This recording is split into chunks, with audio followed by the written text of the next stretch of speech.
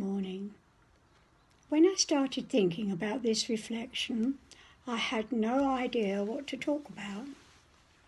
So I asked God to nudge me. That night when I slept, I had a dream. I dream most nights, which was in 3 parts.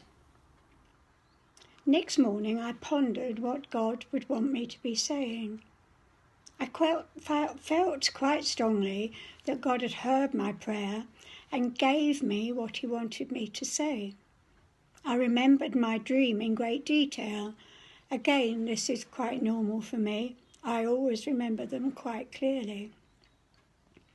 The first element of my dream, that I was at a dance hall with a friend.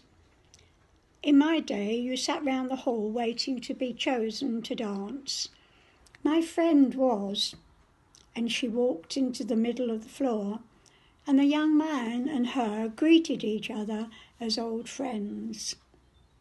I can remember that I felt sad that I hadn't been chosen and felt rejected and unloved. In the second element of my dream, I was riding on a horse, which is quite miraculous because I've never ridden on a horse in my life, along the ridge of a mountain.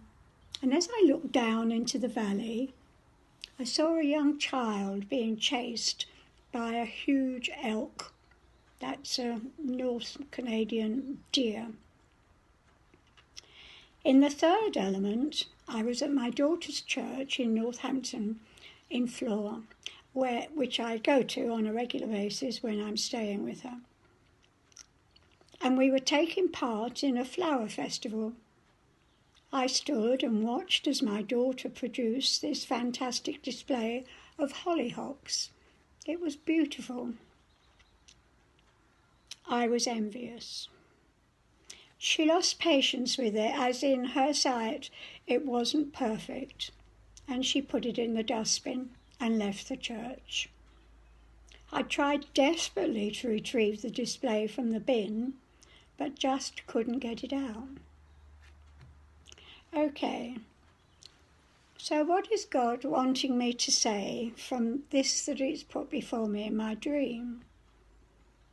In this pandemic, we are all desperate for touch, for hugs, to be able to hold and to be held.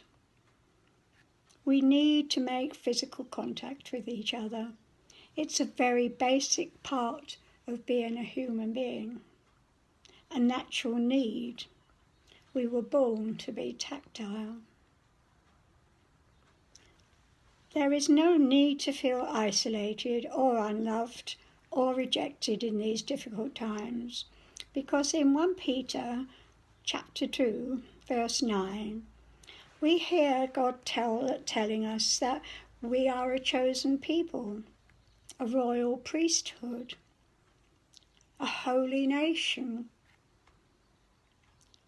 a special, really special possession. Who God sees us as a very special possession. He has called us out of the darkness and into the light because he loves us so much. I encourage you all to know that you are loved and that this darkness will end. We will be able to give each other cuddles, to be able to hug and to touch each other again. In the second element, I see anxiety and fear for our families, especially for our children, our grandchildren and our great-grandchildren in these unsafe times. Again, in Scripture, we hear Jesus tell us in Matthew 11:25-30, "Come, bring your pain, anxieties and stresses to me. My shoulders are wide, and I will bear your load." So you see, we have Jesus watching our backs, and when we feel unable to cope, he is there, taking our fears from us.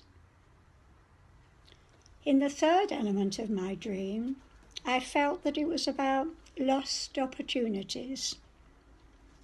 I could have made my own display which would have been both positive and productive.